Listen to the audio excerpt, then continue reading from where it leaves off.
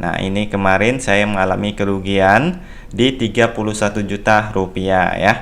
Yang mana pengembaliannya cuma 61.000 teman-teman. Jadi total kerugiannya yaitu 30 juta rupiah. Assalamualaikum warahmatullahi wabarakatuh. Di video kali ini kita akan bahas lagi aplikasi Shotmax 2.0.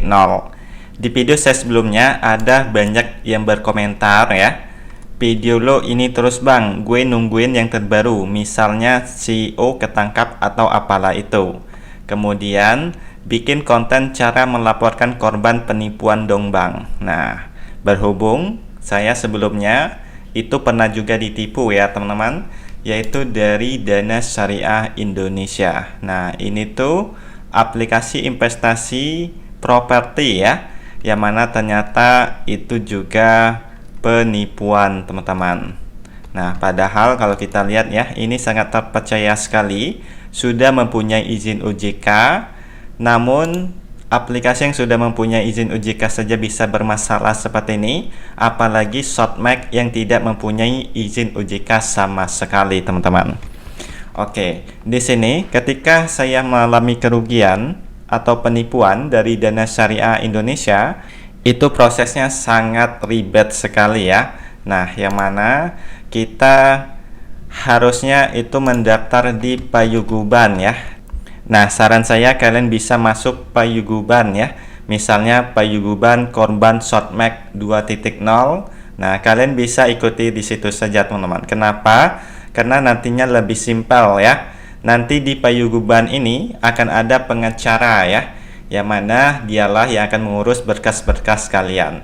Sedangkan saya kemarin tidak ikut Payuguban ini ya, sehingga saya mengurus berkas sendiri, dan itu kerepotan sekali teman-teman. Yang mana kita harus lapor terlebih dahulu ke kepolisian. Nah, alhamdulillah kemarin punya saya dipermudah ya, saya tidak perlu untuk lapor ke kepolisian, dibuatkan oleh LPSK teman-teman. Nah, jadi di sini untuk alurnya nanti kita bisa melakukan pelaporan ke Bareskrim ya, kalau kerugian di atas 1 miliar sepertinya ya teman-teman. Nah, kemudian atau kalian bisa lapor juga ke kepolisian terdekat ya, mungkin nanti akan diarahkan ke Bareskrim ya. Selanjutnya di sini kita bisa mendaftar di SIM Pusaka ya, di LPSK teman-teman. Nah, ini untuk tampilan dari SIM Pusaka ya. Kita bisa buat permohonan reguler umum terlebih dahulu ya. Nah, tentunya ini sudah masuk di LPSK terlebih dahulu untuk Shotmax 2.0. Kalau belum masuk, maka kita tidak bisa ajukan permohonan ya. Nah, pastikan ketika Shotmax scam, dia masuk ke LPSK ya, Lembaga Pelindungan Saksi dan Korban teman-teman. Baru bisa kita ajukan di SIM Pusaka terlebih dahulu ya. Nah, setelah dilakukan verifikasi berkas-berkas ya, kita banyak mengupload berkas-berkas, bukti-bukti. Nah, jadi buat kalian saat ini silakan untuk mendapatkan bukti-bukti ya, untuk lakukan pelaporan nantinya teman-teman. Nah, setelah bukti-bukti sudah diproses ya, kemudian dokumen-dokumennya juga dikirim ke kantor LPSK teman-teman. Jadi lumayan ribet sekali ya. Namun di sini nantinya akan dipandu ya teman-teman. Ada semacam CS-nya juga dari LPSK. Kalian bisa tanya jawab nantinya ya, kalau seandainya Shotmax sudah muncul di LPSK ya. Nah, tapi biasanya akan sulit teman-teman ya. Nah, ini pengalaman saya saja ketika mengalami kerugian dari Dana Syariah. Selanjutnya, setelah berkas saya sudah diverifikasi, langkah selanjutnya kita mengisi yang namanya restitusi LPSK teman-teman. Dan hingga sampai saat ini dokumen saya belum diverifikasi ya, belum lengkap atau selesai. Di sini masih total 1 ya. Nah, di sini bisa kita lihat ya, ada 3 teman-teman, yaitu PT Dana Syariah Indonesia, Asuransi Jiwa Kresna, dan juga NWS ya. Nah, ini sama-sama fraud, penipuan ya. Ini kemudian kita ajukan saja misalnya PT Dana Syariah. Kita bisa klik saja klaim kerugian ya. Nah, kemudian kita bisa isi saja seperti ini nantinya ya teman-teman.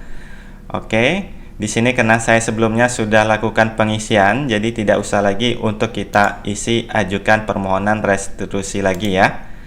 Nah, bisa kita lihat ya, ini permohonan saya.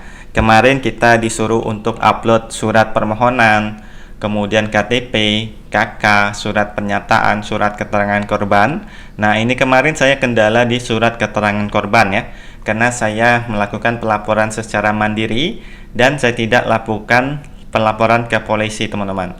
Nah, jadi saya kebingungan karena saya juga tidak melaporkan ke kepolisian, teman-teman.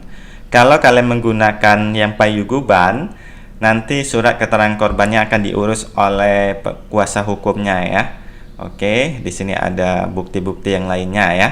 Nah, ini kemarin saya mengalami kerugian di 31 juta rupiah ya. Yang mana pengembaliannya cuma 61.000, teman-teman. Jadi total kerugiannya yaitu 30 juta rupiah. Namun dari total kerugian ini tidak mesti nanti uang kita akan kembali sebesar 30 juta rupiah.